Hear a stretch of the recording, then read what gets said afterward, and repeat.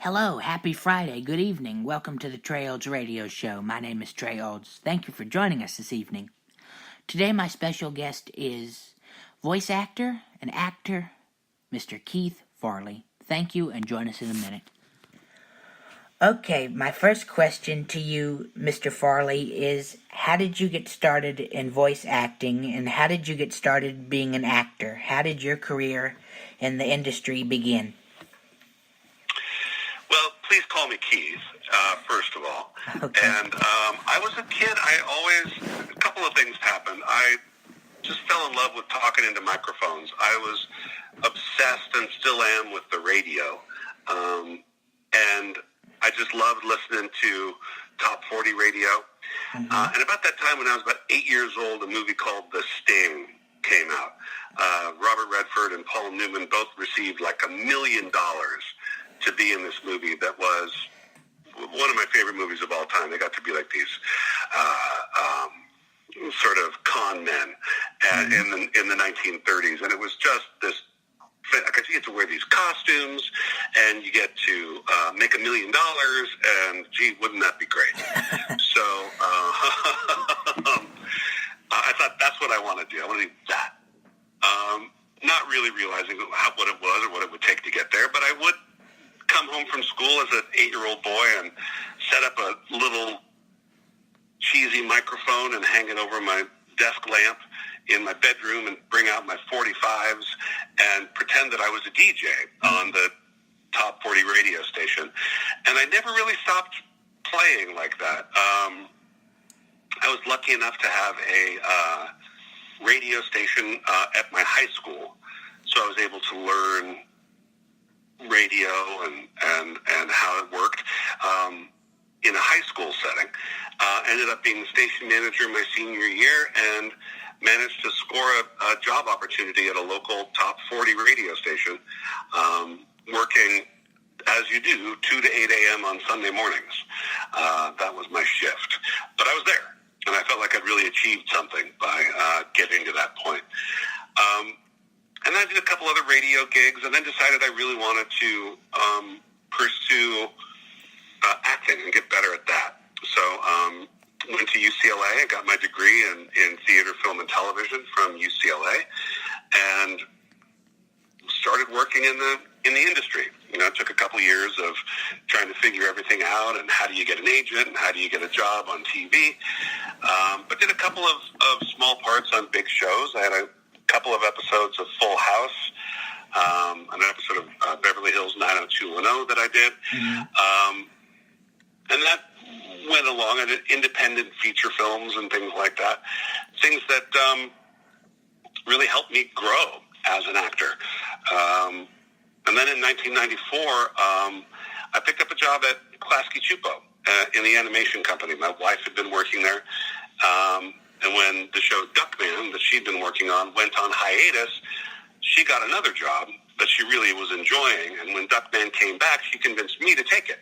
So I started as a PA at Klasky Csupo and worked my way up through the production ladders, through coordinator and production manager.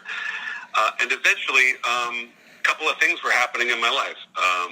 Bat Boy the Musical, which I co-wrote with Larry O'Keefe and Brian Fleming, was starting to get some notice.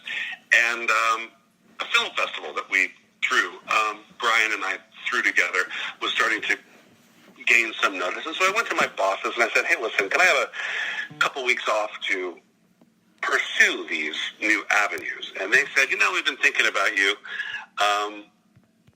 and we think you might be a good fit as a voice director for our animated series Rugrats is coming back, and we think you'd be a good fit for that. You'll work 1 or 2 days a week, and you'll make about the same kind of money you're making now, and you'll be free to pursue these other interests.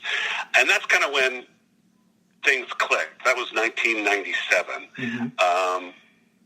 And I started directing Rugrats. Bat Boy had its premiere in Halloween of 1997, and went on in 2001 to be awarded the Best Off-Broadway Musical of that season.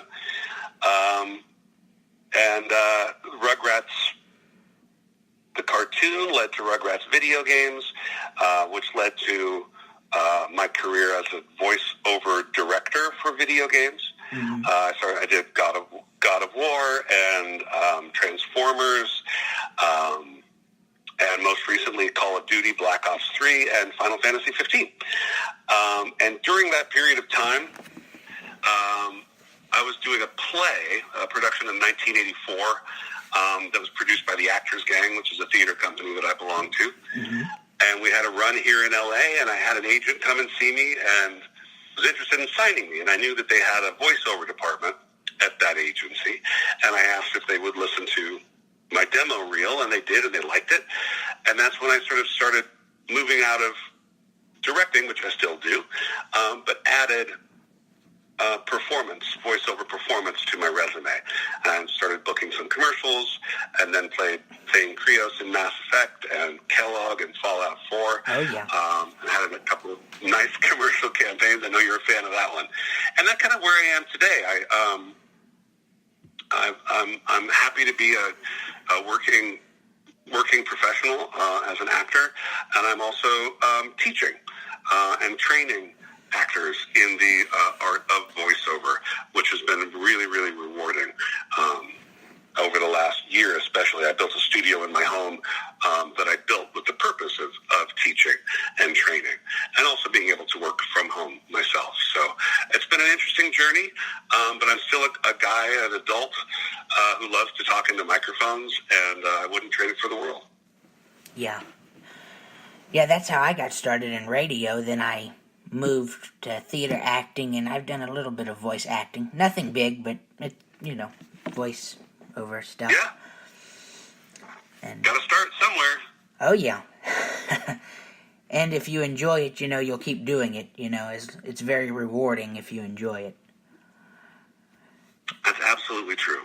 I had someone who said, there's nothing better than doing what you love and getting paid for it. And if you can't get paid for it, there are worse things than being poor. Oh, yeah. Very true. and in my career, I've experienced, all of that, where, you can get paid for what you do, and sometimes you just have to be frugal. You have to be smart with your money, and there may not be a lot there, but there are more important things than having money to spend. And I've been very fortunate to be surrounded by people that I care about, who care about me, and I have a great support group. So that's also really important. Yeah, and sometimes you have to be willing to work for free in the industry, Yeah, a lot of it is volunteer work. But again, if you're passionate about it and you love it, for years with the Actors Gang, and some of the best times I had working with the Actors Gang was developing and working on new projects. We didn't get paid to do Bat Boy until it was running off Broadway.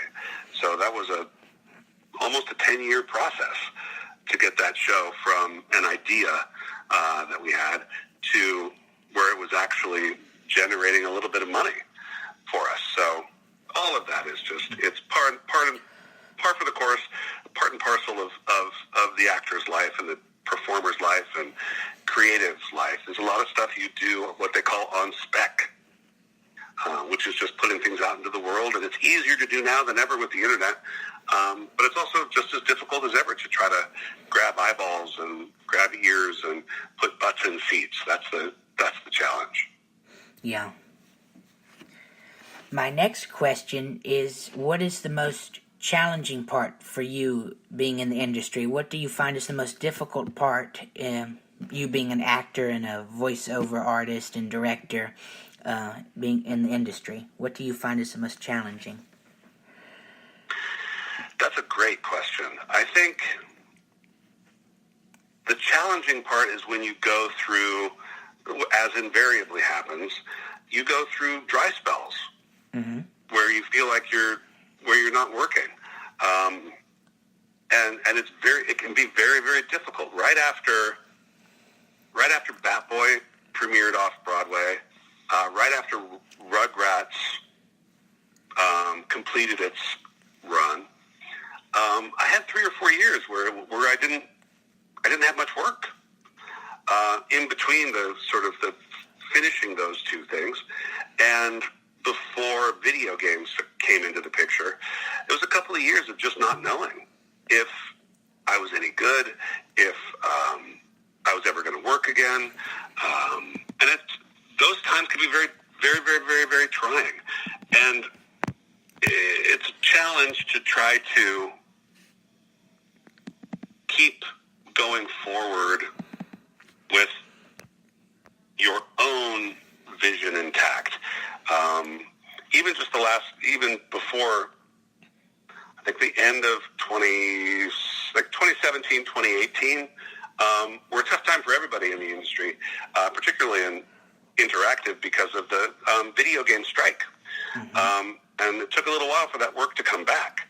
And it's difficult sometimes to keep a focus, to keep trusting that you have a voice, that you have a perspective that's worthwhile when you don't see the jobs coming in all the time. So that's a really, I think, the hardest part is the lack of control we have over whether or not we're hired. Yeah. You know, and I go through this with students all the time. It's like you have to trust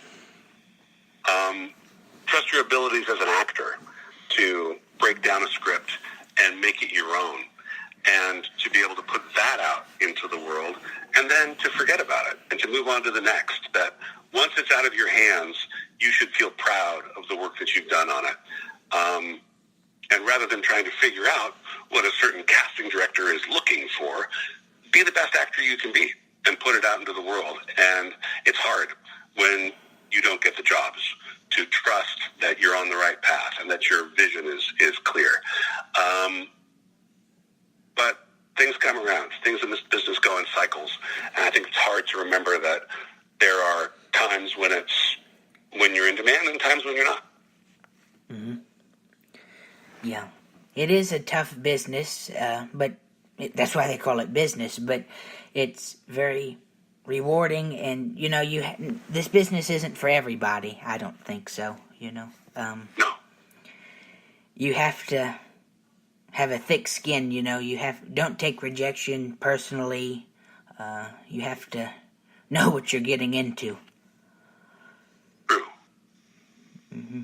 Yeah, they say I heard someone talk about this, and it's true. If you're doing well in on-camera acting, you're getting 1 out of 20 auditions that you do. So you get 19 no's for the one yes. In voiceover, I've heard them say it's more like 1 in 60. So 59 times you're going to get a no, and that one time you will get a yes. So it's a numbers game. We do a lot more auditions in voiceover, but we book fewer. Yeah. Yeah, everyone is looking for that right person, and it's hard sometimes, you being the actor, think, well, I think I'm the right person for the job, but the casting director doesn't think so. I'm the perfect person for every job. they just haven't realized it yet. Yeah. And you have no control. You know, like I said, once the audition goes out the door, you need to feel that you've done your best. You need to feel that you've done the work that actors do to create a character, to create a moment, to create a little 30 seconds of magic. And it's a simple process, but just because it's simple doesn't mean it's easy. It's like golf, you know, or baseball. You just got to hit the ball. Hit the ball where there aren't people standing there. Just do that, and you'll be a great baseball player. But there are pitchers and fielders and baseball diamonds and wind and all that stuff factors in. You have no control over that. Or you have some control, but not a ton. So it's a simple process. Just hit the ball. In golf, just hit the ball straight, and you'll be fine. But doesn't mean it's easy. Same thing with acting, that you just have to keep at it. And Sam Snead, one of the great golfers of all time, said, the more I practice, the luckier I get.